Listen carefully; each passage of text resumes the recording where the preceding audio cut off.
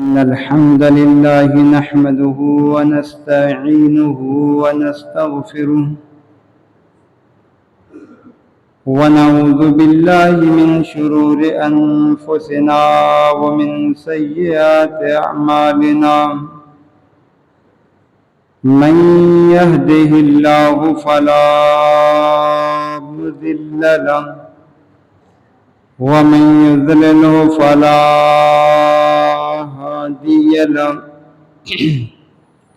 وأشهد أن لا إله إلا الله وحده لا شريك له وأشهد أن محمدا عبده ورسوله أما بعد فإن خير الحديث كتاب الله وخير الهدي هدي محمد صلى الله تعالى عليه وسلم وشر الأمور محدثاتها وكل محدثة بدعة وكل بدعة ضلالة وكل ضلالة في النار.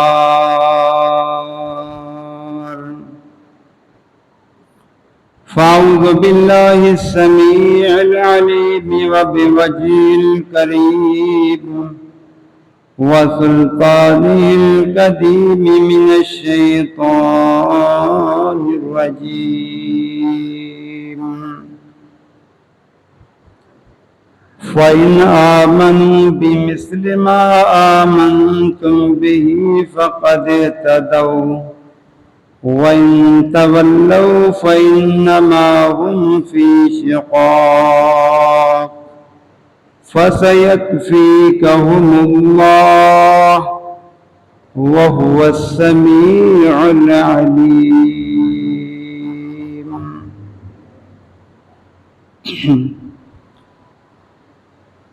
رب اشرح لي صدري ويسر لي أمري واحلل عقدة من لساني يفقهوا قولي. اللهم انفعنا بما علمتنا وعلمنا ما ينفعنا وزدنا علما.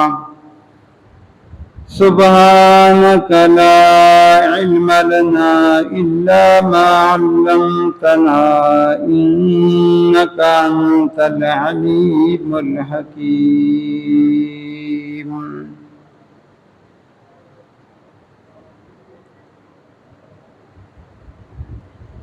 تمام تعریفات، تمام قولی اور فعلی اور مالی عبادات، تمام تعریفی کلمات اللہ رب العالمین، اللہ احسن الخالقین، اللہ ارحم الراحمین، اللہ عز و جل، اللہ سبحانہ و تعالی کے لیے جو پوری کائنات کا اکیلا ہی معبود برحق ہے، اس کے علاوہ کائنات کے اندر جو لوگ کسی بھی اور کی عبادت کرتے ہیں وہ ناحق اور باطل ہے۔ درود و سلام سید الانبیاء، امام الانبیاء، خطیب الانبیاء، امام الہدیٰ، حبیب اللہ احمد مجتبی جناب محمد الرسول اللہ صلی اللہ علیہ وآلہ وسلم کی ذات گرامی پر حمد و ثنا کے بعد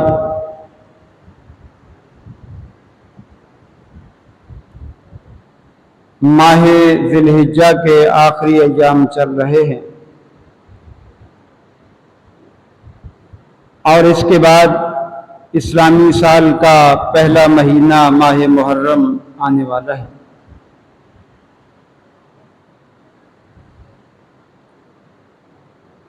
اسلامی سال کا پہلا مہینہ شروع ہوتے ہی ہمارے معاشرے کے اندر ایک بہت بڑی تبدیلی نظر آتی ہے۔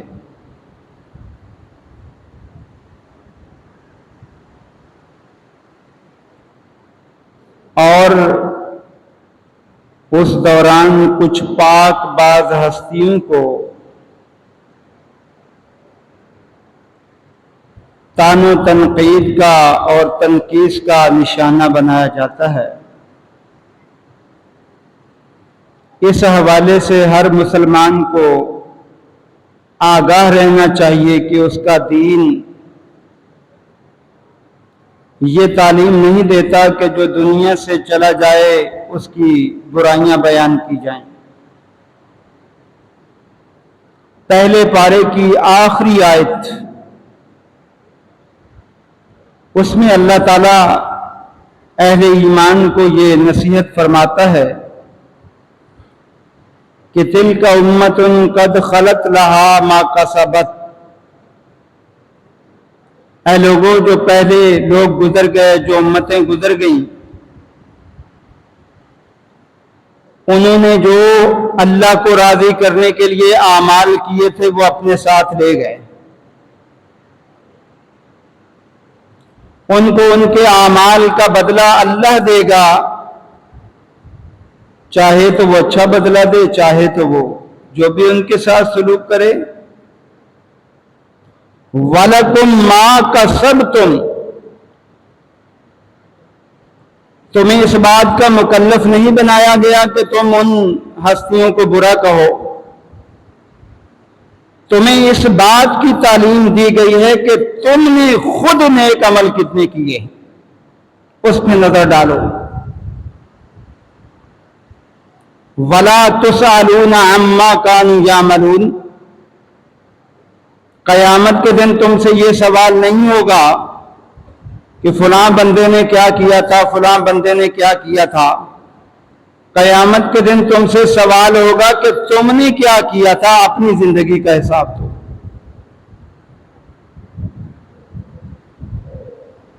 اس لیے انسان کو اپنی زندگی اچھی بنانی چاہیے، اپنے اعمال اچھے بنانے چاہیے، اپنی نمازیں پابندی سے ادا کرنی چاہیے، زکوٰۃ کی ادائیگی پابندی سے کرنی چاہیے،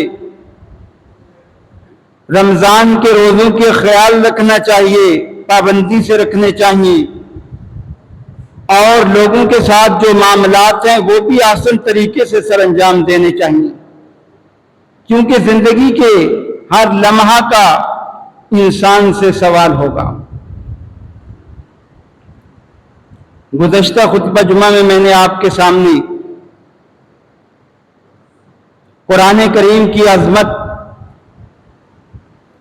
اور قرآن کریم کی حفاظت کرنے والی ایک شخصیت کا ذکر کیا تھا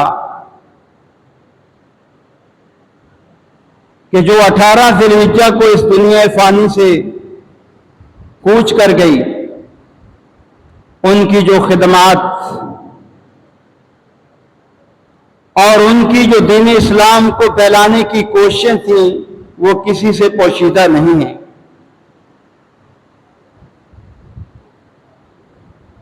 صحابہ کرام سارے کے سارے اعلیٰ مقام والے ہیں، اللہ تعالیٰ نے سب کے بارے فرمایا وَكُلًّا وَعَدَ اللَّهُ الْحُسْنَى، اللہ نے اپنے نبی کے تمام صحابہ سے اچھے وعدے کر رکھے ہیں، لیکن صحابہ میں سب سے زیادہ مقام جس صحابی نے پایا وہ جناب ابو بکر رضی اللہ عنہ، اس کے بعد جو سب سے زیادہ مقام پایا وہ عمر فاروق رضی اللہ عنہ نے پایا، اس کے بعد جو سب سے زیادہ مقام پایا وہ عثمان غنی رضی اللہ عنہ نے پایا، اور اس کے بعد جو سب سے اعلیٰ مقام پایا وہ علی المرتضی رضی اللہ تعالیٰ عنہ نے پایا۔ یہ 4 خلفاء وہ خلفاء ہیں کہ جن کے بارے اللہ کے پیغمبر جانے سے پہلے امت کو یہ تعلیم دے کر گئے، علیکم بسنتی وسنت الخلفاء الراشدین المہدیین، اے لوگو میں جب دنیا سے چلا جاؤں اس وقت اگر تمہیں گمراہی سے محفوظ رہنا ہے تو میری سنت کو لازم پکڑنا۔ علیکم کا مطلب ہے تم پر لازم ہے، تم پر فرض ہے، بسنتی میری سنت کو اپنا لینا۔ اور نبی کی سنت ہمیں کہاں ملے گی؟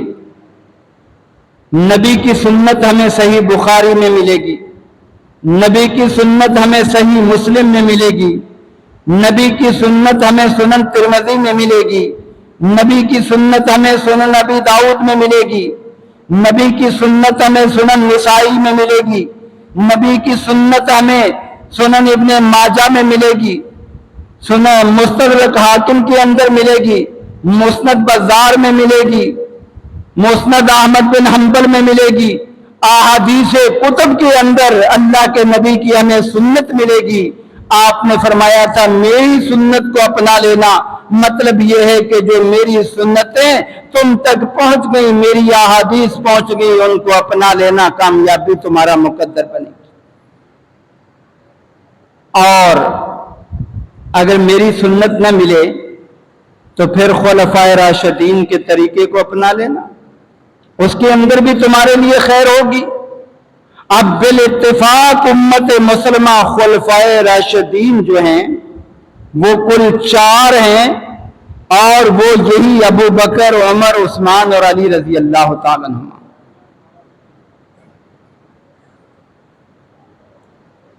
امت کو سب سے پہلے اگر اختلاف اور انتشار سے بچایا ہے تو وہ جناب ابو بکر اور عمر رضی اللہ عنہما نے مل کر بچایا ہے، سب سے پہلے انتشار سے۔ جب اللہ کے پیغمبر اس دنیا سے چلے گئے تو اس دوران صحابہ تذبذب کا شکار تھے، کچھ کہہ رہے تھے اللہ کے نبی فوت ہی نہیں ہوئے، اللہ کے نبی زندہ ہیں۔ ابو بکر رضی اللہ تعالیٰ عنہ سنا مقام پر تھے، وہاں سے آئے، سیدھے سیدہ عائشہ کے حجرے میں گئے، آپ کے اوپر چادر موجود ہے، صحیح بخاری میں پورا واقعہ موجود ہے، باب مرض النبی صلی اللہ علیہ وسلم کے اندر۔ آپ کے اوپر چادر اٹھائی اور اٹھانے کے بعد ایک جملہ کہا، اے اللہ کے پیغمبر، آپ کو جو موت آنی تھی وہ آ چکی، اللہ آپ کو 2 مرتبہ موت نہیں دے گا۔ اور آپ کا بوسہ لیا، آنکھوں سے آنسو جاری ہے، غم اور صدمے کے عالم میں ہے، لیکن صحابہ کے انتشار کو ختم کرنے کے لیے پہلے صحابہ کو اکٹھا کیا، آؤ میری بات سنو۔ فاروق اعظم ادھر جا رہے ہیں، کہا ادھر آؤ میری بات سنو۔ اور اس دوران انہوں نے بات کیا سنائی؟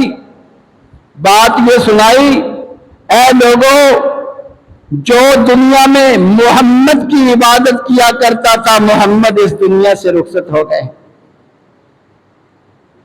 وَمَنْ كَانَ يَعْبُدُ اللَّهَ فَإِنَّ اللَّهَ حَيٌّ لَا يَمُوتُ، اور جو اللہ کی عبادت کرتا تھا، اللہ ہمیشہ زندہ ہے، زندہ رہے گا، زندہ تھا، لہذا اس کی عبادت ہے اور رہے گی۔ اور پھر یہ آیت مبارکہ تلاوت کرتے ہیں، وَمَا مُحَمَّدٌ إِلَّا رَسُولٌ قَدْ خَلَتْ مِن قَبْلِهِ الرُّسُلُ أَفَإِن مَّاتَ أَوْ قُتِلَ انقَلَبْتُمْ عَلَىٰ أَعْقَابِكُمْ فَلَن يَضُرَّ اللَّهَ شَيْئًا وَسَيَجْزِي اللَّهُ الشَّاكِرِينَ۔ نہیں ہے محمد مگر اللہ کے رسول، یعنی آپ اللہ کے رسول ہیں، اللہ نہیں ہے، اللہ کی طرح ہمیشہ زندگی آپ کا مقدر نہیں ہے۔ آپ سے پہلے آنے والے رسول بھی آئے اور چلے گئے۔ قد خلت من قبلہ الرسل، اے مومنو ذرا بتاؤ اماتا، اگر یہ محمد فوت ہو جائیں، او قتلا یا شہید کر دیے جائیں، انقلبتم علی اعقابکم، کیا تم اپنی ایڑیوں کے بل پھر جاؤ گے؟ مطلب یہ ہے کہ دین اسلام چھوڑ دو گے؟ نہیں، چھوڑنا نہیں۔ وَمَن يَنقَلِبْ عَلَىٰ عَقِبَيْهِ، جس نے دین سے روگردانی کر لی، دین چھوڑ دیا، فَلَن يَضُرَّ اللَّهَ شَيْئًا، اس نے اللہ کا کوئی نقصان نہیں کیا بلکہ اپنا نقصان کیا۔ وَسَيَجْزِي اللَّهُ الشَّاكِرِينَ، اور اللہ جو صحیح راہ پر چلنے والے بندے ہیں نا، ان کو بہترین بدلہ دے گا۔ مطلب یہ ہے کہ جو اللہ کی عبادت کرتے رہیں گے نبی کے جانے کے بعد بھی اللہ انہیں انعام و کرام سے نوازے۔ پہلا اختلاف ختم ہو گیا، جو اختلاف تھا کہ اللہ کے نبی فوت ہو گئے، کوئی کہہ رہا نہیں فوت ہوئے، اور صحابہ کہتے ہیں ہمیں ایسے لگ رہا تھا جب ابو بکر نے یہ آیت مبارکہ تلاوت کی، یہ آیت مبارکہ ابھی نازل ہوئی ہے اور اس موقع کے لیے نازل ہوئی ہے، انہوں نے اس طرح مسئلہ سمجھا دیا۔ اور سقیفہ بنی سعدہ کے اندر جب انصار نے اپنا لیڈر منتخب کرنے کے لیے سعد بن عبادہ کو کھڑا کر دیا، اس دوران جناب ابو بکر اور جناب عمر نے جا کر ان کو سمجھایا کہ دیکھو ایک امیر جو ہے وہ ہونا چاہیے مسلمانوں کا، زیادہ امیر نہیں ہونے چاہیے۔ جناب ابو بکر نے اس موقع پر یہ حدیث سنائی، اللہ کے نبی نے فرمایا تھا الائمۃ من قریش، امام میرے بعد بنے، خلیفہ میرے بعد بنے گا تو وہ قریش سے تعلق رکھنے والا ہوگا، اب جس کو بھی چاہو تم منتخب کر لو۔ اس دوران مہاجرین صحابہ نے جلدی سے ابو بکر کے ہاتھ پہ بیعت کر دی کہ آپ ہم سب میں سے افضل ہیں، لہذا آپ کے ہاتھ پر بیعت کرتے ہیں۔ اور پھر جناب عمر نے کی، دیگر صحابہ نے کی، سب نے بیعت کر لی، انصار نے بھی کر لی، حتیٰ کہ سعد بن عبادہ جو ادھر سے امیدوار تھے انہوں نے بھی بیعت کر لی، اور بعد میں چند مہینے کے بعد علی المرتضیٰ نے بھی بیعت کر لی۔ صحیح مسلم میں پوری تفصیل موجود ہے۔ پھر ابو بکر رضی اللہ عنہ جب خلیفہ بن گئے، یقین مانیے 2.5 سالہ دور میں اس بوڑھے صحابی نے وہ کارنامے سر انجام دیے کہ صحابہ حیران رہ گئے۔ عمر فاروق جیسا بہادر انسان بھی ان کی بہادری کو دیکھ کر حیران رہ گیا۔ اتنے فتنے، اور پھر ان فتنوں کا ایسے خاتمہ کر دیا جیسے کوئی فتنہ تھا ہی نہیں۔ یہی وجہ ہے کہ جب ابو بکر دنیا سے جانے لگے تو اس دوران صحابہ سے مشاورت کی کہ میرا وقت قریب آ گیا ہے، میں تمہارا امیر بنانا چاہتا ہوں، لیکن میری خواہش ہے کہ میں تمہارا خلیفہ اور امیر بناؤں تو عمر فاروق کو بناؤں، عمر فاروق کو بناؤں۔ کیوں؟ اس لیے کہ یہ مجھے سب سے زیادہ موزوں نظر آتا ہے اس کام کے لیے، باقی کے اندر اتنی صلاحیت میں نہیں دیکھ رہا۔ بعض صحابہ نے کہا بہت سخت ہیں، کہا جی جب ان کے اوپر خلافت کا بوجھ آئے گا نا تو خود بخود نرم ہو جائیں گے، سختی ختم ہو جائے گی۔ کیوں؟ اس لیے کہ اللہ کے پیغمبر نے بھی انہیں بڑا اونچا مقام دیا تھا، ابو بکر کو بھی اس بات کا علم تھا، صحابہ کو بھی علم تھا، اور پھر جب ان کو انہوں نے نامزد کر دیا تو صحابہ نے خود دیکھا کہ جس طرح انہوں نے حکومت کو چلایا، خلافت کے معاملات کو سنبھالا، آج اس بات کی شہادت غیر مسلم بھی دینے پر مجبور ہو گیا ہے کہ ان کی خلافت، ان کی عمارت واقعی عدل و انصاف پر مشتمل تھی۔ اب ان کی تھوڑی سی داستان احادیث کی روشنی میں دیکھتے ہیں۔ اللہ کے پیغمبر صلی اللہ علیہ وسلم کے صحابہ جب مسلمان ہوتے ان کو بڑی تکالیف دی جاتی، کسی کو جو ہے کوئلوں پہ لٹایا جاتا، کسی کو گلیوں میں گھسیٹا جاتا، کسی کو اور تکالیف دی جاتی۔ پیغمبر علیہ السلام بڑے پریشان، کیا کیا جائے؟ اللہ کے محبوب پیغمبر جب پریشان ہیں ایک دن اللہ سے دعا مانگتے ہیں. عبداللہ بن عمر رضی اللہ تعالیٰ عنہ حدیث کے راوی دعا مانگی, اللہم اعز الاسلام باحب الرجلین الیک, اے اللہ اسلام کو عزت عطا فرما, اسلام اور مسلمانوں کو عزت عطا فرما. کس کے ذریعے؟ دو بندوں میں سے ایک بندے کے ذریعے, ابو جہل کے ذریعے یا عمر بن خطاب کے ذریعے. آپ دیکھیں, ایک ہے چودھری, ایک ہے مالدار, دوسرا ہے بہادر. اب اللہ کے نبی نے دعا کیا مانگی ہے, اللہ جو تجھے ان میں سے پسند ہے, محبوب ہے, اچھا لگتا ہے, اے اللہ اس کے ذریعے اسلام کو عزت دے دے. اگر ابو جہل مسلمان ہو گیا, یہ سردار ہے, سردار ہونے کی وجہ سے اور بھی لوگ جو ہے وہ مسلمان ہو جائیں گے, اور مسلمان نہیں ہوں گے تو کم از کم اس سردار کا لحاظ کریں گے.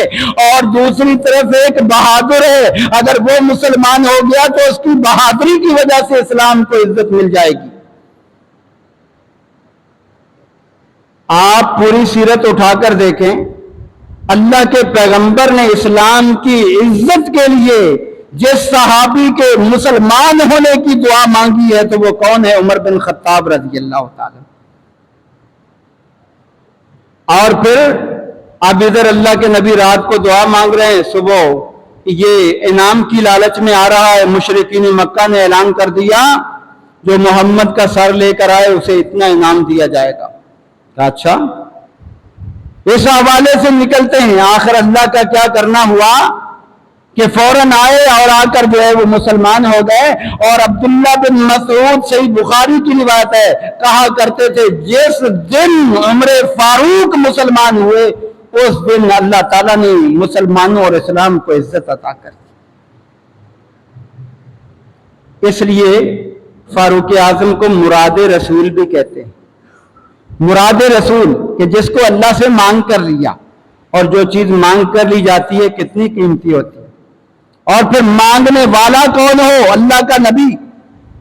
ابراہیم خلیل اللہ نے ایک ہی دعا نبی کے لیے مانگی تھی. وہ نبی کون تھا؟ وہ محمد رسول اللہ, جو سب نبیوں سے اعلیٰ مقام والا ہو گیا. اور جس کے لیے میرا محبوب دعا مانگے کیا وہ کم مقام والا ہوگا؟ غور کیجئے, تدبر کیجئے, اپنے معاملے کو درست کیجئے. اب یہ مسلمان ہو گئے.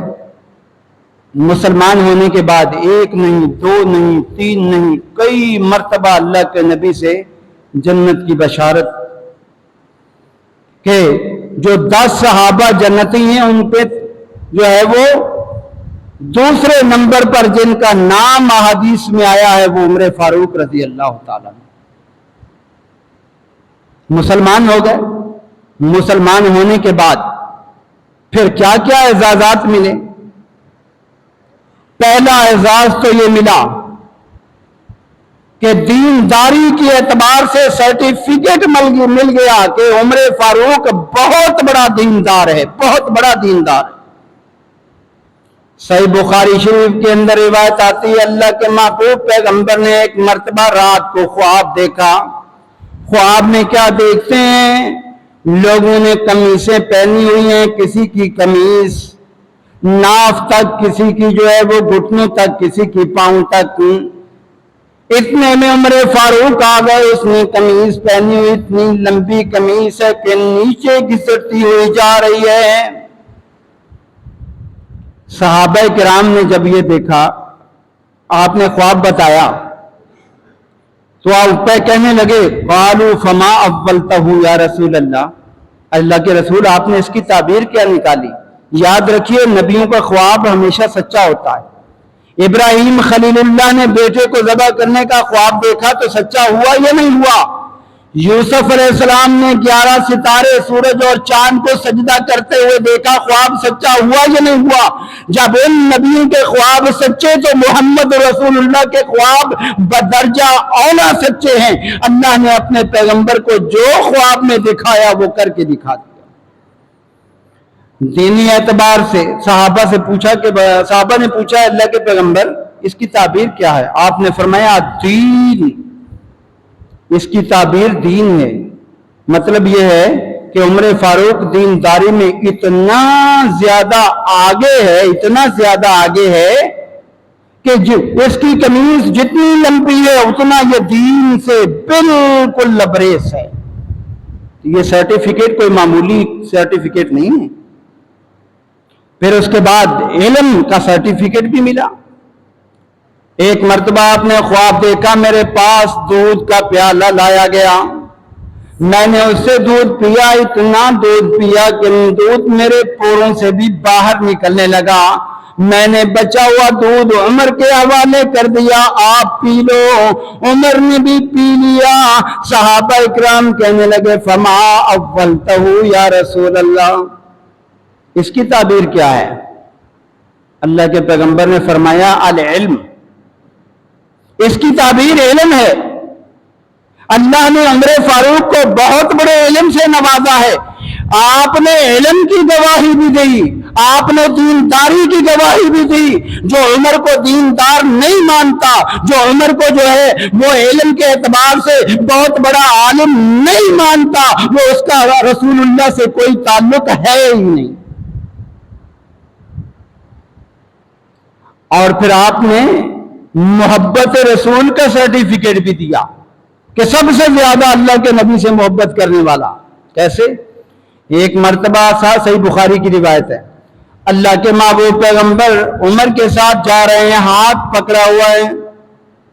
عمر نے اپنی محبت کا اظہار یوں کیا، اے اللہ کے رسول انت احب الی من کل شیء الا نفسی، اے اللہ کے محبوب پیغمبر آپ سے مجھے بہت محبت ہے لیکن اپنی جان سے زیادہ محبت نہیں۔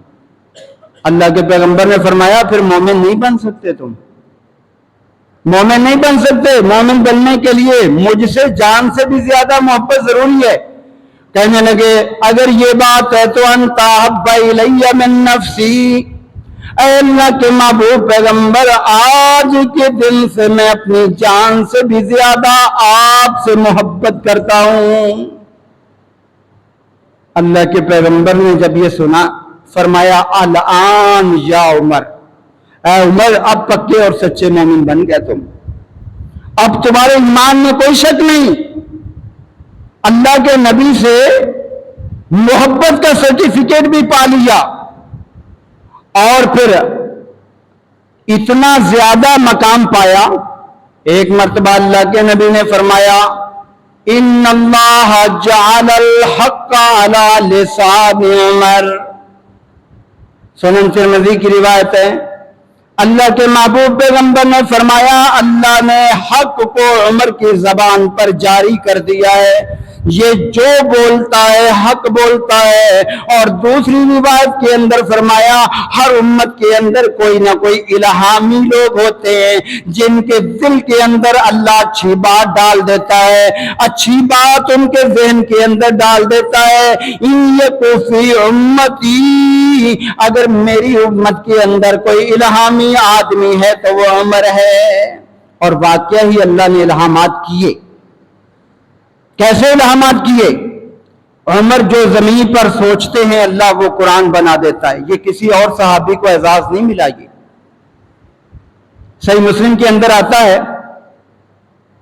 عمر رضی اللہ عنہ خود بتاتے ہیں، کہتے ہیں وافقت ربی فی ثلاث، میرے رب نے میری موافقت کر دی یا میں نے رب کی موافقت کر لی تین چیزوں کے اندر۔ میں نے دل کے اندر تین باتیں سوچی، میرے رب نے وہی قرآن بنا کر اتار دیا۔ ایک بات میں نے یہ سوچی، یہ مقام ابراہیم، جہاں پر وہ پتھر جس پر کھڑے ہو کر ابراہیم علیہ السلام نے بیت اللہ بنایا تھا وہ بیت اللہ کے سامنے نصب ہے۔ میرے دل کے اندر خیال آیا طواف کے بعد حاجی اور عمرہ کرنے والے جو 2 رکعتیں پڑھتے ہیں وہ مقام ابراہیم کے پاس پڑھیں تو کتنا اچھا ہوگا۔ میں نے ابھی دل کے اندر یہ سوچا ہے. ادھر اللہ نے جبرائیل امین کو یہ آیت مبارکہ دے کر بھیج دیا, وَاتَّخِذُوا مِن مَّقَامِ إِبْرَاهِيمَ مُصَلًّى. اے میرے محبوب پیغمبر, طواف کے بعد 2 رکعتیں جو ہے بہتر یہ ہے کہ مقام ابراہیم کے پاس پڑھو. جو زمین پر سوچا وہ اللہ نے قرآن بنا دیا, تو عمر کا مقام کتنا اعلیٰ ہے, اور اس کو اگر کوئی آدمی برا کہے گا تو اس سے بڑا بدبخت کون ہوگا. اور دوسرے نمبر پر وہ کہتے ہیں میں بڑا غیرت مند آدمی تھا. اللہ کے محبوب پیغمبر کے پاس جب وفود آتے ہیں, جب باہر کے لوگ آتے, کوئی دیہاتی لوگ بھی آ جاتے, اور آپ کی بیویاں بے پردہ ان کے سامنے موجود ہوتی ہیں. اس ٹائم پردے کا حکم نازل نہیں ہوا تھا. میری غیرت نے گوارا نے کیا, ہماری مائیں ہوں اور امام الانبیاء کی بیویاں, لوگ ان کو اچھے اور برے لوگ ہر طرح کے ہوتے ہیں, پتہ نہیں کس نظر سے دیکھ رہے ہوں گے. اللہ کو اس کے بارے میں حکم نازل ہو جانا چاہیے. یہ دل میں سوچے, اللہ نے آسمانوں سے جبرائیل امین کو بھیج دیا, یا ایھا النبی قل لازواجک وبناتک ونساء المؤمنین یدنین علیہن من جلابیبہن. اے نبی اپنی بیویوں سے کہہ دیجئے, اپنی بیٹیوں سے کہہ دیجئے, مومنہ عورتوں سے کہہ دیجئے, اب پردے کا حکم نازل ہو گیا ہے, لہذا اپنی اوڑھنیاں, اپنی چادریں جو ہے نا اوپر سے جو ہے وہ لٹکا کر رکھا کریں, پردہ کیا کریں. یہ انہوں نے سوچا اور فوراً اللہ تعالیٰ نے یہ قرآن بنا دیا. پھر کہتے ہیں اللہ کے پیغمبر کا جو معاملہ تھا کچھ تھوڑا سا گڑبڑ ہو گیا. آپ کی ازواج مطہرات نے ایک دن مطالبہ کر دیا, کہنے لگیں کیسر و کسریٰ کے جو بیویاں ہوتی ہیں ان بادشاہوں کی, ان کو بڑی سہولیات میسر ہیں. ہمارے دنوں میں کئی دن تک, ہمارے گھروں میں کئی دن تک چولہے نہیں جلتے, ہمیں بھی تو وہ سہولیات چاہیے, ہمیں دیجئے. اللہ کے پیغمبر کو یہ بات پسند نہیں آئی اور آپ تو ان سے علیحدہ ہو گئے. اوپر جو ہے وہ خیمے کے اندر جا کر بیٹھ گئے. 1 مہینہ تک آپ نے ہیلا کیا. عمر فاروق کو پتا چلتا ہے, عمر فاروق آئے, آ کر ازواج مطہرات کو سمجھانے لگے کہ تم کتنی بد نصیب ہو, تمہارے لیے تو سب سے بڑا انعام یہ ہے کہ اللہ نے تمہیں جو ہے اپنا نبی جو ہے وہ بطور شوہر عطا کر دیا. اس سے بڑھ کر کیا انعام ہوگا, کیا اکرام ہوگا اگر تم اس کی قدر نہیں کرو گی. اللہ اس بات پر قادر ہے کہ نبی کی بیویوں سے کو جو ہے وہ طلاق دلوا کر اللہ اور بیویاں عطا کر دے, اور ان کی اپنی بیٹی بھی اس کے اندر شامل تھی.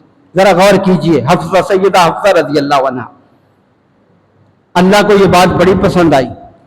اللہ نے قرآن اتار دیا, عسیٰ ربہ ان طلقکن ان یبدلہ خیرا منکن مسلمات مومنات. اے نبی کی بیویوں, اس طرح کا معاملہ اختیار نہ کرو, سادگی اختیار کرو. قریب ہے کہ اللہ اپنے محبوب نبی کو تمہارے بدلے میں اور اچھی عورتیں عطا کر دے. فوراً ازواج مطہرات توبہ طائب ہو گئی اور کہنے لگی غلطی ہو گئی, معافی مانگ لی اور پھر معاملہ درست ہو گیا. یہ 3 باتیں, اور بھی بہت ساری باتیں. ایک عبداللہ بن ابی منافق تھا جو بہت زیادہ مسلمانوں کو تکالیف دیتا تھا. تفسیر ابن کثیر اور تفسیر خازن کے اندر یہ واقعہ موجود ہے. اللہ کے نبی بڑے رحیم اور کریم تھے. جب یہ مر گیا, آپ اس منافق کا جنازہ پڑھانے کے لیے آگے بڑھے. عمر کہنے لگے اے اللہ کے پیغمبر, کیا اس نے دشمنی میں حد نہیں کر دی, اس کا جنازہ بھی آپ پڑھائیں گے؟ آپ نے فرمایا عمر کیا ہوا, اگر جو ہے میرے جنازہ پڑھانے سے کسی کا بھلا ہو جائے. اب جب یہ بات ہوئی تو اللہ تعالیٰ نے آسمان سے جبریل کو بھیج دیا, فرمایا وَلَا تُصَلِّ عَلَىٰ أَحَدٍ مِّنْهُمْ مَاتَ أَبَدًا وَلَا تَقُمْ عَلَىٰ قَبْرِهِ. اے میرے محبوب پیغمبر, یہ منافقین, ان کا جنازہ آپ نہ پڑھائیں, ان کی قبر پر آپ جا کر نہ کھڑے ہوں, دعائیں نہ مانگیں. عمر رضی اللہ عنہ کی جو بات تھی اللہ نے وہ قرآن بنا دیا، اور بھی بہت سارے واقعات ان کے موجود۔ یہ چند مثالیں دے کر آپ کو یہ سمجھانا چاہتا ہوں کہ عمر فاروق وہ شخصیت ہیں کہ جن کو اللہ نے الہامی بنا دیا تھا، جو دل کے اندر بات آئی وہ اللہ نے قرآن بنا دیا، اور اللہ کے نبی نے یہاں تک فرما دیا لو کان بعدی نبی لکان عمر، اگر میرے بعد نبوت کا سلسلہ چل رہا ہوتا تو عمر کے اندر وہ صلاحیت ہے کہ یہ نبی بن جاتا، لیکن میرے بعد نبوت کا سلسلہ ختم ہو گیا، لہذا اب میرے بعد کوئی نبی نہیں۔ اتنے اعلیٰ مقام والے یہ صحابی، اتنے اعلیٰ مقام والے، پیغمبر کی زبانی کتنی بشارتیں انہوں نے پائیں۔ اور پھر اتنی بشارتیں پانے کے بعد اللہ کے نبی جب معراج پہ جاتے ہیں نا، اللہ تعالیٰ آپ کو معراج پہ لے کے گیا تو واپسی آ کر آپ نے واقعہ سنایا۔ آپ نے کیا فرمایا؟ عمر، میں جب گیا جنت کے اندر میں نے ایک بڑا پیارا محل دیکھا، اور جب میں نے محل دیکھا نا تو میں نے پوچھا یہ کس کا ہے؟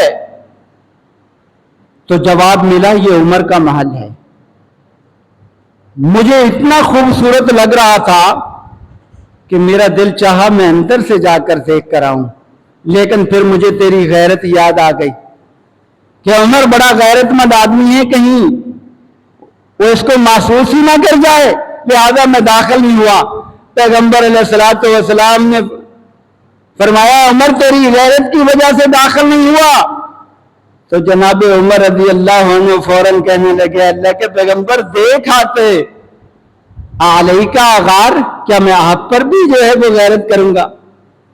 جن کے محلات اللہ نے جنت کے اندر اپنے محبوب کو دکھا دیے ہوں ان کے جنتی ہونے میں کوئی شک ہے؟ نہیں میرے بھائی، کوئی شک نہیں ہے۔ اس لیے ان کا مقام، ان کا مرتبہ سمجھو، اور جس راستے سے وہ چلے وہ راستہ جو ہے وہ شیطان چھوڑ کر چلا جائے۔ ایک مرتبہ اللہ کے پیغمبر تشریف فرما تھے، آپ کی بیویاں آپ کے پاس باتیں کر رہی تھیں، آواز بلند ہو رہی تھی، اتنے میں عمر آ گئے، جیسے ہی عمر آئے فوراً خاموش۔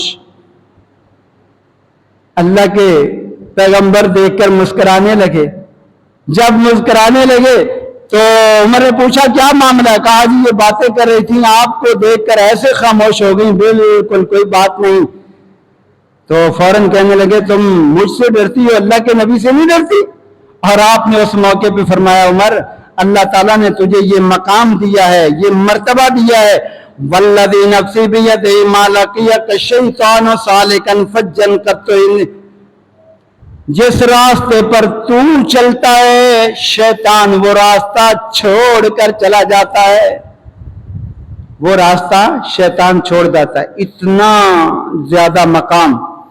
اور پھر آپ نے اپنی زندگی میں جو بشارتیں دیں اس کے اندر یہ بھی حضرت علی رضی اللہ عنہ سے روایت ہے، آپ صلی اللہ علیہ وسلم نے فرمایا اے علی یاد رکھنا ہاذانی سیدہ کہول اہل الجنہ، یہ ابو بکر اور عمر جو ہے نا، یہ دونوں جو جنت میں ادھیڑ عمر میں فوت ہو کر گئے ہوں گے، ادھیڑ عمر میں جو جوان گئے ہوں گے، جو ادھیڑ عمر کے اندر گئے، ان کے جو سردار بنیں گے قیامت کے دن یہ عمر اور ابو بکر بنیں گے، الا النبیین والمرسلین، نبیوں اور رسولوں کے علاوہ۔ یہ سنن ترمذی کی صحیح روایت ہے 3664۔ تو اب اس سے آپ اندازہ لگائیں کہ کتنا اونچا مقام۔ اور پھر آپ جانے سے پہلے خلافت کے بھی اشارے دے کر گئے، خلافت کے بھی اشارے کیسے؟ ایک مرتبہ آپ صلی اللہ علیہ وسلم نے فرمایا میں نے خواب دیکھا ہے کہ میں جو ہے کنویں سے ڈول نکال رہا ہوں اور سیراب کر رہا ہوں لوگوں کو، میں نے جتنا اللہ نے چاہا ڈول نکالے، سیراب کیا، پھر اس کے بعد ابو بکر آئے اسی کنویں سے ڈول نکالنے لگ گئے۔ اب جب انہوں نے ڈول نکالے، ان کے ڈول نکالنے میں تھوڑی سی کمزوری مجھے نظر آئی، اس کے بعد جو ہے عمر فاروق آ گئے، اسی کنویں سے ڈول نکالنے لگ گئے، اور جب میں نے ان کو دیکھا یہ تو ایک عبقری یعنی طاقتور نوجوان کی طرح ایسے ڈول نکال نکال کر پلائے جا رہے ہیں حتیٰ سرب العدن، یہاں تک کہ وہ پورے لوگ جو ہے نا وہ سیراب ہو گئے۔ یہ کیا ہے؟ یہ اشارہ تھا کہ جب تک میری زندگی ہے میں دین کو پھیلاؤں گا، اس کے بعد ابو بکر دین کو پھیلائیں گے، اس کے بعد عمر فاروق پھیلائیں گے، اور عمر فاروق نے جو دین کو پھیلایا ہے، یہ کیسر و کسرا کی طاقتیں جو جس طرح آج ہمارے دور کے اندر امریکہ ہے، روس ہے، چائنا ہے، یہ بڑی طاقتیں تھیں، لیکن عمر فاروق کے دور میں یہ ساری طاقتیں جو ہے وہ ختم ہو گئی اور 22 لاکھ مربع میل کے حکمران بن گئے۔ 22 لاکھ مربع میل ان کی حکومت کی خوبی کیا تھی؟ آج ہمارے حکمرانوں کو بھی ان خوبیوں کا جائزہ لینا چاہیے، پڑھنا چاہیے، اپنانا چاہیے۔ جو ان کے جسم پر لباس ہوتا تھا اس کو کئی پیوند لگے ہوئے ہوتے تھے، عاجزی والے۔ آج ہمارے حکمرانوں کا لباس الگ ہوتا ہے، ایک دفعہ جو پہن لیا دوبارہ نہیں پہنتے اور کہتے ہیں جی ہم جو ہے یہ خلافت راشدہ قائم کریں گے۔ انس رضی اللہ عنہ اس بات کے شاہد ہے، میں نے اپنی آنکھوں سے دیکھا پیوند لگے ہوئے جو ہے وہ لباس میں، اور جب یہ بیت المقدس فتح ہوا وہاں کمانڈر نے علیحدہ لباس تیار کروایا، اور اس دوران جو ہے اپنے جو ہے ایک غلام کو ساتھ لے کر جاتے ہیں، آدھے راستے میں غلام سوار ہے، آدھے راستے میں وہ سوار ہیں، باری باری سوار ہوتے جا رہے ہیں، اور جب قریب پہنچتے ہیں اس دوران جو ہے غلام جو ہے اس کی باری اوپر سوار ہونے کی تھی، اور جو ہے عمر فاروق کی باری پیدل چلنے کی تھی۔ عمر فاروق پیدل چل رہے ہیں، دشمن نے بھی دیکھ لیا، اپنی کتابوں کے اندر لکھا ہوا پڑھ لیا کہ بیت المقدس کو وہ فتح کرے گا جو غلاموں کی اہمیت دے گا، اسے سواریوں پہ بٹھائے گا اور خود جو ہے پھٹے ہوئے کپڑوں میں پیدل چل کر آئے گا۔ اور پھر وہاں جب لباس پیش کیا گیا کہنے لگے نہ یہ لباس میں نہیں پہنوں گا۔ کیوں؟ اس لیے کہ جس لباس میں میں رب العالمین کے سامنے حاضر ہوتا ہوں میری نظر میں رب سے اعلیٰ کوئی نہیں ہے، میں اسی لباس میں لوگوں کے سامنے جاؤں گا۔ اور گئے اور بیت المقدس کی چابیاں انہوں نے حوالے کر دی۔ غور کیجئے، تدبر کیجئے، اور جب حکومت سنبھالی تو ذمہ داری کا احساس اتنا، دن تو درکنار راتوں کو بھی اپنی رعایا کا خیال کرتے، دیکھتے کسی کو کوئی تکلیف تو نہیں ہے، کوئی پریشانی تو نہیں ہے، کوئی دکھ تو نہیں ہے۔ بے شمار واقعات موجود جو کئی مرتبہ میں آپ کے سامنے پیش کر چکا ہوں، بے شمار واقعات موجود۔ اپنے کندھے پر جو ہے وہ راشن لاد کر ایک عورت کے گھر میں لے کر جاتے ہیں اور اس کے بچوں کو کھلاتے پلاتے ہیں۔ آج حکمران کون ایسا ہے جو اس طرح کر کے دکھائے؟ اور عدل و انصاف کے جو انہوں نے معیار قائم کیے تھے آج ہمیں نظر نہیں آتے۔ ان کا گورنر بنانے کا سب سے پہلا معیار کیا تھا کہ عمدہ گھوڑے پر، ترکی گھوڑے پر میرا کوئی گورنر سواری نہیں کرے گا، اور آج سب سے اچھی گاڑی ہمارے گورنروں کے پاس ہوتی ہے۔ کوئی ترکی گھوڑے پر سوار نہیں ہوگا، میرا گورنر ترکی گھوڑے پر، ترکی گھوڑا بہت عمدہ گھوڑا تھا، کہا اس پر سوار نہیں ہوگا۔ دوسری میری گورنر بنانے کی شرط یہ ہے کہ جی وہ بندہ باریک لباس، عمدہ لباس نہیں پہنے گا۔ آج ہمارے حکمرانوں کے لباس دیکھو۔ تیسری شرط یہ تھی کہ وہ اپنے دروازے پر دربان نہیں رکھے گا، اپنے دروازے پر دربان نہیں رکھے گا، جس ٹائم جس بندے کو ضرورت ہو وہ بندہ اس سے جا کے مل سکتا ہے، جو وہاں رکھے گا میں اس کو معزول کر دوں گا۔ اور چوتھی شرط یہ تھی چھنے ہوئے آٹے کی روٹی نہیں کھائے گا، بھوسے والی آٹے کی روٹی کھائے گا۔ یہ شرائط پر جو پورا اترتا اس کو گورنر بناتے، اور سب سے اہم شرط کہ وہ حافظ قرآن بھی ہو، وہ عالم دین بھی ہو۔ آج ہم جو ہے مثالیں تو دیتے ہیں عمر فاروق کی کہ غیر مسلم بھی انہیں مانتے ہیں، لیکن اپنے معاشرے پر اپنے اوپر یہ نافذ نہیں کرنا چاہتے ہم. اور ہماری عوام بھی جو ہے وہ سوئی ہوئی ہے کہ اتنی عیاشیاں ہمارے پارلیمنٹ کے ممبران نے اپنے لیے جو ہے مختص کر لی اور ہمیں اتنا جو ہے انہوں نے نیچا کر دیا. آپ کو پتہ ہے ابھی گیس کی قیمت بھی بڑھنے والی ہے، ابھی بجلی کی قیمتیں بھی بڑھ گئیں. کبھی میں نے اور آپ نے سوچا، کبھی آپ نے ان پر یہ زور ڈالا کہ آپ کو جو فری بجلی مل رہی ہے یہ کس حیثیت سے مل رہی ہے؟ کیا آپ پاکستانی نہیں؟ میں پاکستانی نہیں؟ آپ کو جو گیس مل رہی ہے، آپ کو جو سہولیات مل رہی ہیں، عمر فاروق رضی اللہ عنہ 22 لاکھ مربع میل کا حکمران. ارے تم تو جو ہے 1 لاکھ مربع میل کے بھی حکمران نہیں ہو، 22 لاکھ مربع میل کے حکمران کی عاجزی کو دیکھو، عدل و انصاف کو دیکھو اور ان کے طرز زندگی کو دیکھو. کامیابی ان کا مقدر نہ بنتی تو کیوں نہ بنتی؟ آج سیرت سے یہ چیزیں نکال ہی دیتے ہیں. اور سب سے بڑی خوبی، آج ہم کہتے ہیں نا کہ ہمارے قرآن کی جو ہے باہر توہین ہو رہی ہے، واقعی ہو رہی ہے، لیکن ہم خود نہیں سوچتے کہ ہم خود کتنی توہین کر رہے ہیں. ہم خود نہیں سوچتے کہ ہم قرآن کی کتنی توہین کر رہے ہیں. ابھی پچھلے دنوں یہ خبر آئی کہ ایک سینما کا افتتاح ہو رہا ہے اور اس پر آپ کی وزیر الحمدللہ کہتے ہوئے سینما کا افتتاح کر رہی ہے اور اس سینما کی تختی پر بسم اللہ لکھا ہوا ہے. اللہ کے بندو، یہ اللہ کے عذاب کو دعوت دینا ہے، عذاب کو دعوت دینا ہے. آپ کام وہ کر رہے ہو جس کو اللہ کے نبی مٹانے کے لیے آئے اور اس پر اللہ کا نام لکھ رہے ہو، نعوذ باللہ. اور اللہ کا یہ قرآن اس بات کی شہادت دیتا ہے، اذا اردنا ان نہلک قریۃ امرنا مترفیہا ففسقوا فیہا فحق علیہ القول فدمرناہا تدمیرا. جب ہم کسی علاقے کو، سورہ بنی اسرائیل کی آیت ہے، جب ہم کسی علاقے کو، کسی بستی کو، کسی قوم کو تباہ کرنا چاہتے ہیں، اس کے قوم کو اللہ کی نافرمانیوں پہ لگا دیتے ہیں، اللہ کے قرآن کی توہین کرنے والے ہوتے ہیں، نبی کی سنت کی توہین کرنے والے بن جاتے ہیں اور پھر ہماری دلیل قائم ہو جاتی ہے.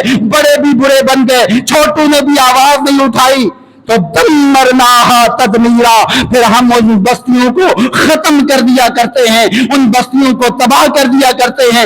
قبل اس کے یہ وقت آئے، آپ میڈیا پر اس بات کو اتنا زیادہ اجاگر کرو، سینما کے اندر جو ہے ہم اپنا ٹیکس کا پیسہ نہیں خرچ کریں گے اور نہ ہم خرچ ہونے دیں گے. یہ پیسہ اگر خرچ کرنا ہے، اللہ کی مسجدیں ہیں، اللہ کے مدرسے ہیں، اللہ کے قرآن کی اشاعت ہے، اللہ کے دین کی اشاعت ہے.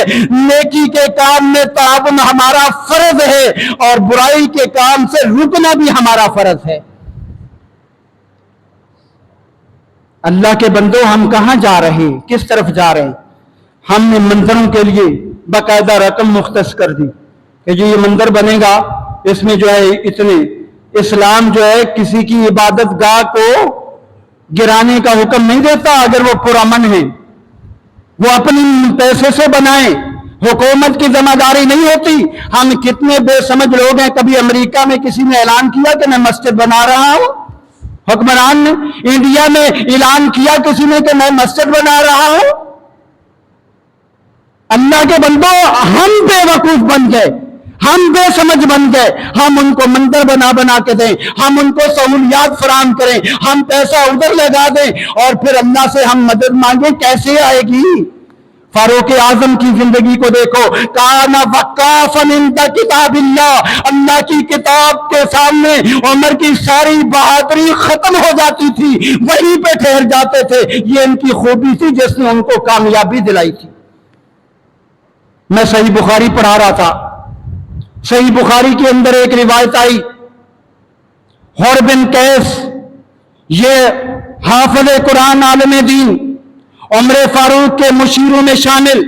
ان کا ایک جو ہے وہ چچا آ گیا، عیینہ بن حسن، آ کر کہتا ہے حر بن قیس عمر فاروق کے نزدیک تمہارا بڑا مقام ہے، تم شورا کے منبر ہو، مجھے بھی ساتھ لے کر جاؤ ایک دن، میں اس مجلس کے اندر بیٹھنا چاہتا ہوں۔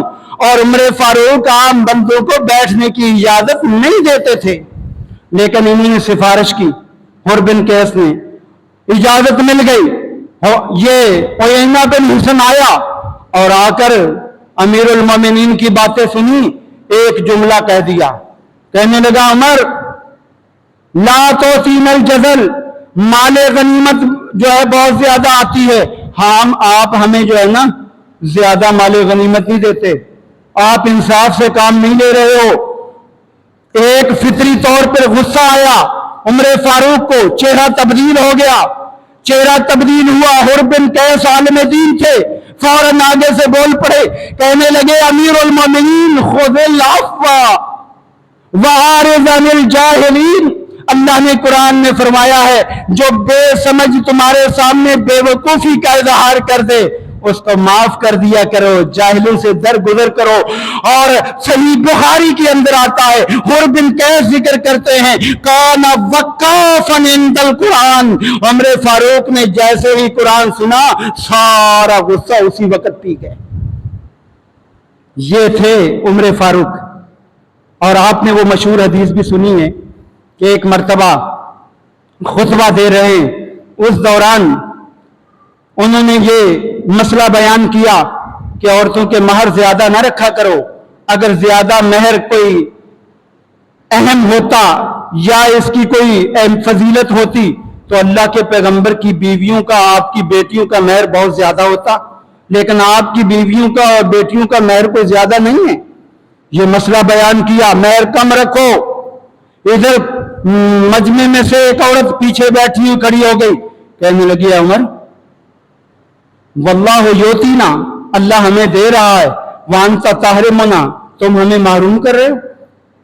فوراً قرآن کے سامنے عمر فاروق جو ہے وہ جھک گئے، کہا اصابت امراتن، عورت صحیح بات کو پہنچ گئی، اس نے قرآن کی آیت پڑھ دی وَإِنْ آتَيْتُمْ إِحْدَاهُنَّ قِنْطَارًا، اگر تم اپنی بیوی کو بطور مہر ایک پورا خزانہ بھی دے دو، طلاق کے وقت واپس نہ لو، جب اللہ قنطار خزانہ دینے کی اجازت دے رہا ہے، اے عمر آپ کیوں روک رہے ہو؟ عمر کہنے لگے مجھ سے غلطی ہو گئی، اصابت امرات واختار رجل۔ یہ ہے عاجزی، یہ ہے انکساری، یہ ہے دینداری۔ آج ہمارے حکمرانوں کو بھی اب نئے الیکشن ہونے والے ہیں، اب آپ میڈیا پر آپ اپنی ذمہ داری ادا کریں، ہمارے نمائندے وہ بنے جو ہماری طرح کے لباس پہننے والے ہوں، وہ ہماری طرح ٹیکس دینے والے ہوں، وہ ہماری طرح بجلی کا بل ادا کرنے والے ہوں، وہ ہماری طرح گیس کا بل ادا کرنے والے ہوں، وہ ہماری طرح رہنے والے ہوں۔ اس لیے کہ ابو بکر سے بڑھ کر کوئی امیر نہیں، عمر فاروق سے بڑھ کر کوئی باصلاحیت نہیں، انہوں نے جب سادگی والی زندگی گزاری ہے، تم کہاں آسمان سے آئے ہو؟ اور مجھے گاندھی صاحب کا وہ جملہ یاد آ گیا، انہوں نے اپنی پارلیمنٹ کے اندر تقریر کرتے ہوئے کہا تھا، اخبارات کے اندر بھی وہ باقاعدہ چھپا تھا، اس نے کہا سادگی کی مثال دینے کے لیے مجھے ہندوازم کے اندر کوئی لیڈر نہیں ملا، مجھے عیسائیوں کے اندر کوئی لیڈر نہیں ملا، مجھے یہودیوں کے اندر کوئی لیڈر نہیں ملا، مجھے اگر لیڈر ملے ہیں تو وہ ابو بکر اور عمر ملا ہے کہ وہ سادگی میں اگر مثال پیش کرنی ہے حکمران کی تو ان کی پیش کرو۔ اللہ کے بندوں ہم کہاں چلے گئے؟ غیر تعریف کرنے پہ مجبور، اور ہم جو ہے ان کی سیرت پڑھنے کے لیے تیار نہیں۔ میں وزیر اعظم سے بھی کہوں گا کہ اگر آپ واقعی قرآن کا دفاع کرنے والے ہیں تو عمر فاروق رضی اللہ عنہ جو ہے اس کی سیرت کو لازم کر دو، تمام کلاسوں میں لازم کر دو، قرآن کا ترجمہ لازم کر دو، ہر کلاس کے اندر لازم کر دو، اور یہ فضولیات کے اندر پیسہ خرچ کرنا بند کر دو۔ یہ سینما، اس کے بارے میں اللہ کے نبی کیا فرماتے تھے؟ بوئستو، مجھے بھیجا گیا ہے لِأَمْحَقَ الْمَزَامِيرِ، میں ان آلات موسیقی کو مٹا دوں، ختم کر دوں، اور ہم آلات موسیقی پر قوم کا پیسہ خرچ کرنے کے لیے تیار ہیں۔ یہ انصاف نہیں ہے میرے بھائیوں۔ اللہ کے نبی کی ایک عمومی حدیث ہے، آدمی کی مرضی کے بغیر اس کا پیسہ کہیں نہیں لگایا جا سکتا۔ ہم قطعاً اجازت نہیں دیتے، ہم مسلمان ہیں، اور نیکی کے کام میں تھوڑی سی کوشش بھی اللہ کے ہاں بڑی اہم ہے۔ اس لیے میرے پیارے بھائیوں، اس حوالے سے غور کرو، تدبر کرو۔ اور یہ صحابی اتنا عمدہ صحابی تھا کہ انہوں نے اپنے لیے دعا مانگی۔ کیا دعا مانگی؟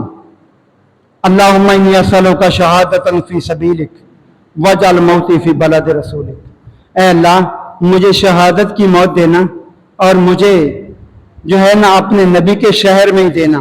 اللہ دیکھیں کتنی قدر کرتا ہے، کتنی قدر کرتا ہے۔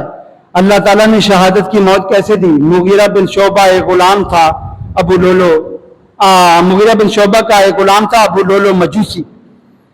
یہ جو ہے یہ آیا، کہنے لگا جی میں چکی کا کام کرتا ہوں، چکی بنانے کا کام کرتا ہوں، کاریگر ہوں، میرا جو ہے مالک مجھ سے ٹیکس زیادہ لیتا ہے، کم کروا دے۔ تو انہوں نے کہا بھائی یہ کام تو تیرا فائدے والا ہے، ٹیکس کوئی زیادہ نہیں ہے تو دے دیا کرو۔ کہنے لگا اچھا، ناراض ہو گیا۔ اور عمر فاروق نے کہا کہ مجھے بھی ایک چکی بنا دو۔ کہنے لگا ایسی چکی بنا کے دوں گا کہ جس کی گونج پوری دنیا میں جائے گی۔ اچھا سمجھ گئے، لیکن اس کو کچھ کہا نہیں۔ آخر 26 ذی الحجہ کو فجر کی نماز پڑھانے کے لیے جب آئے تو وہ خنجر لے کر جو ہے وہ چھپا ہوا تھا، اور جیسے ہی انہوں نے جو ہے وہ تلاوت شروع کی، عمر بن مامون پورا واقعہ بیان کرتے ہیں، تو اس نے خنجر مارا۔ اب خنجر مارا، آواز نہیں آ رہی، لوگ اللہ اکبر سبحان اللہ کہنے لگے۔ فوراً جو ہے عبد الرحمن رضی اللہ عنہ کو انہوں نے آگے کیا، انہوں نے نماز پڑھائی، وہ پیچھے بھاگنے لگا، اور لوگ جیسے ہی پکڑنے لگے تو کئی ایک کو اس نے زخمی کیا، اور تقریباً 7-8 صحابہ جو ہے وہ شہید ہو گئے۔ پھر ایک صحابی نے اوپر چادر ڈال دی، جب اس نے دیکھا کہ میں پکڑا گیا تو اسی وقت اس نے اپنے آپ کو خنجر مار لیا اور جہنم واصل ہو گیا۔ عمر فاروق رضی اللہ عنہ کی آخری نصیحتیں ذرا غور کیجئے۔ ایک بچہ سامنے آیا، شلوار ٹخنے سے نیچے ہے، فوراً سمجھایا بیٹا یہ ٹھیک نہیں ہے، ایسا نہیں کرنا چاہیے۔ اور پھر آخر میں دفن ہونے کی تمنا کہاں ہے کہ میں مر جاؤں تو مجھے جو ہے نا اللہ کے نبی کے ساتھ دفن کرنا اور عائشہ سے اجازت لینا۔ یہ اجازت بھی لی گئی، اور اس طرح پھر عائشہ رضی اللہ عنہ نے اجازت دے دی، اور جب یہاں سے گئے تو 80,000 درہم کے مقروض گئے۔ 80,000 درہم کے مقروض، 22 لاکھ مربع میل کا حکمران۔ اور ہمارے حکمران کیا کرتے ہیں؟ سوچو، غور کرو۔ یہ وہ شخصیات تھیں جنہوں نے اپنا تن من دن اسلام کے لیے قربان کر دیا تھا۔ آخر اللہ تعالیٰ کے پاس چلے گئے اور بڑا اونچا مقام لے کر گئے، اور اس پر بہت سارے دلائل موجود ہیں کہ علی المرتضیٰ نے بھی ان پر بڑے غم کا اظہار کیا، آپس میں پیار اور محبت کرنے والے تھے۔ اللہ تعالیٰ سے دعا کرتا ہوں اللہ تعالیٰ ہمیں ان ہستیوں کا مقام سمجھنے کی توفیق دے، اور اللہ تعالیٰ ہمیں بھی ابو بکر اور عمر، عثمان اور علی جیسے حکمران عطا فرمائے جنہوں نے سادگی میں بھی مثالیں پیش کی ہیں، غیر مسلم تعریف کرنے پہ مجبور ہیں، اور اس میں اپنا کردار بھی ادا کیجئے، بے خاموش نہ رہیے، اپنا کردار یہ ادا کیجئے کہ آئندہ الیکشن میں ہم ووٹ صرف اس کو دیں گے کہ جو سادگی کو اختیار کرنے والا ہوگا، عوام کا جو ہے وہ خون نچوڑنے والا نہیں ہوگا۔ وآخر دعوانا الحمدللہ رب العالمین۔ ان الحمد للہ نحمده ونستعینه ونستغفره ونعوذ باللہ من شرور انفسنا ومن سیئات اعمالنا من يهده الله فلا مضل له ومن يضلل فلا هادي له واشهد ان لا اله الا الله وحده لا شريك له واشهد ان محمدا عبده ورسوله اما بعد فقد قال الله تبارك وتعالى في كلامه المجيد والفرقان الحميد ان الله وملائكته يصلون على النبي يا ايها الذين امنوا صلوا عليه وسلموا تسليما اللهم صل على محمد وعلى ال محمد كما صليت على ابراهيم وعلى ال ابراهيم انك حميد مجيد اللهم بارك على محمد وعلى ال محمد كما باركت على ابراهيم وعلى ال ابراهيم انك حميد مجيد۔ ساتھیو یہ اعلان ہے، انشاءاللہ بروز اتوار بعد نماز مغرب درس قرآن ہوگا، اس میں ضرور ساتھی شریک ہوں۔ اس کے علاوہ ترجمۃ القرآن کی کلاس انشاءاللہ بروز ہفتہ بعد نماز مغرب ہوگی، اور تجوید القرآن کی کلاس انشاءاللہ بروز بدھ بعد نماز مغرب ہوگی۔ ان پروگراموں کا